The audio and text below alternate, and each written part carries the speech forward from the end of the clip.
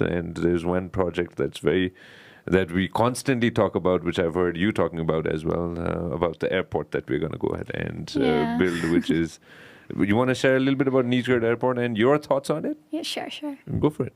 So my thought on Nijgadh Airport is like, the Nijgadh Airport concept was actually on the 70s. They started the concept of Nijgadh Airport, but now we are at the 2023. So like there is a big gap, time gap there now. Do we really need that big airport is the main question.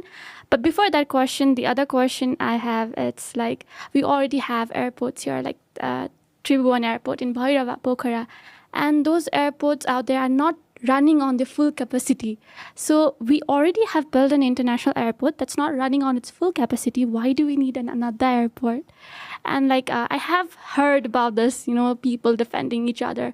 Like I was also a part of activism. We did like protest against the Nijgadh Airport with other networks as well. And the Supreme Court made the decision about halting the process. So we were a part of that activism. And when I used to share on my social media sites, people like my friends who used to study civil engineering, they used to be like, why are you against the development?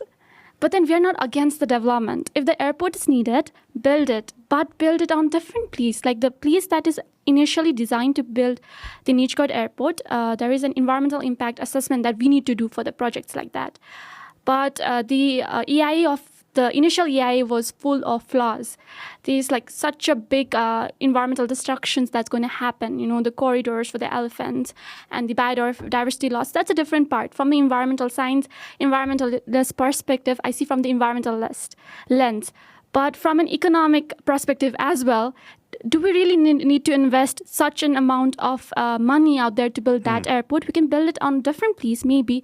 Like I can listen to people telling that, okay, we'll cut down the trees, but then the amount of trees that we have cut down, we'll just plant it somewhere else. Like that's not happening. It doesn't work that way. It doesn't work that way. The forests where it's going to be built, it's like one of the oldest forests of Nepal. Yeah. And also like it's also related with the groundwater level. It's at the Chure range. So like you can see the impact if the airport is built, the groundwater level out there of that zone is going to deplete much. So like it's going to bring water scarcity problem. It's going to bring human wildlife conflict. It's going to bring other things as well. Also at economic crisis at this age, like at this part of Nepal is facing a crisis, right? So do we really need to invest that amount of economy out there for that airport? Like what is can't we work on that airport as well, like at Bhairava? And also like we hear about like the flights not getting, like there is this interruption from India as well for the flights and all. So what is the guarantee that after we build an airport there, India is going to give us again the flight, the airways are going to be there for us?